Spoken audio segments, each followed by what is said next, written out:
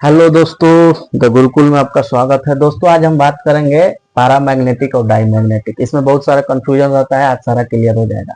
देखिए दोस्तों, paramagnetic diamagnetic निकालने के लिए एक सुपर ट्रिक है, मैं बता रहा हूँ। यदि सम ऑफ इलेक्ट्रॉन इवन है तो डायमैग्नेटिक होगा। इस केस में कभी कभी पैरामैग्नेटिक में होगा, लेकिन वो बाद में मैं एक्सेप्शन में बता दूंगा।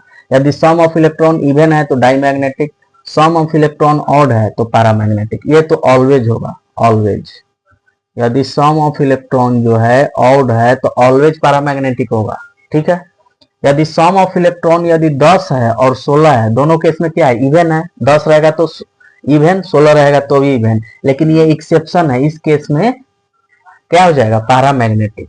तो इवन वाले केस में क्या होगा, यदि सम ऑफ इलेक्ट्रॉन 10 और 16 हो, 10 और 16 हो तो यही एक्सेप्शन है।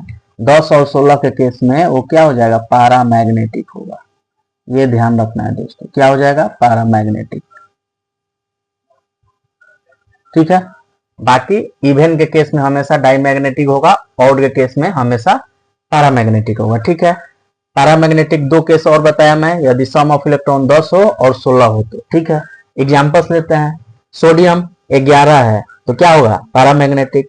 सोडियम Na प्लस 10 है तो ये क्या हो जाएगा, डायमैग्नेटिक, ठीक है।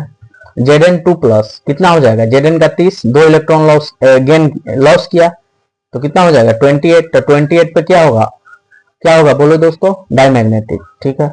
ऑक्सीजन 16 है, यहाँ इवन है, लेकिन एक्सेप्शन के कारण ये क्या होगा, पैरामैग्नेटिक, क्योंकि 16 में पैरामैग्नेटिक होगा, ठीक है। कॉपर, कॉपर का कितना होता है, 29, एक इलेक्ट्रॉन का लॉस किया तो 28 हो गया। तो 28 क्या हो गया, इवन है तो डायमैग्नेटिक, ठीक है दोस्तों। उसी तरह यहाँ मॉलिक्यूल्स लेंगे, कार्बन मोनोऑक्साइड CO है तो CO में इलेक्ट्रॉन कितना है, 6 और 8 14। तो 14 पे क्या होगा, बोलिए दोस्तों, डायमैग्नेटिक। नाइट्रोजन 14 है तो डायमैग्नेटिक, ठीक है। उसी तरह NO है 15 है तो क्या होगा, पैरामैग्नेटिक।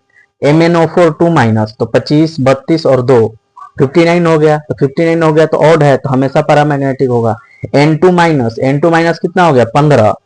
नाइट्रोजन का 7, 2 नाइट्रोजन है तो 14 और एक माइनस चार्ज यानी 15 इलेक्ट्रॉन, तो ये क्या हो जाएगा, पैरामैग्नेटिक। N2 प्लस 13 हो गया, 13 हो गया तो ये भी क्या होगा, पैरामैग्नेटिक। तो दोस्तों पैरामैग्नेटिक और डायमैग्नेटिक को आप इस तरह पहचान सकते हैं। लेकिन दोस्तों कंसेप्ट क्या है पैरामैग्नेटिक और डायमैग्नेटिक पहचानने का, ये तो ट्रिक हो गया, कंसेप्ट मैं आपको बता रहा हूं।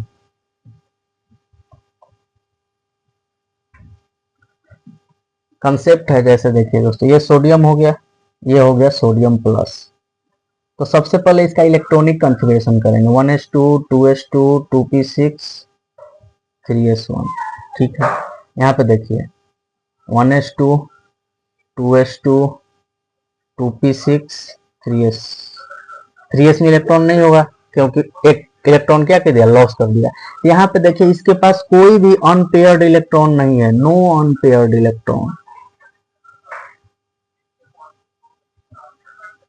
यहाँ पे देखिए एक अनपेयर्ड इलेक्ट्रॉन है। तो दोस्तों ये हो गया क्या, पैरामैग्नेटिक, और ये हो गया डायमैग्नेटिक। दोस्तों यही कंसेप्ट है, इसी कंसेप्ट से आप सारे क्वेश्चंस का सॉल्व कर सकते हैं। लेकिन ये ट्रिक जो है सुपर है, इस ट्रिक को याद रखिए और क्वेश्चंस को सॉल्व कीजिए। तब तक के लिए दोस्तों चैनल को लाइक कीजिए, सब्सक्राइब कीजिए।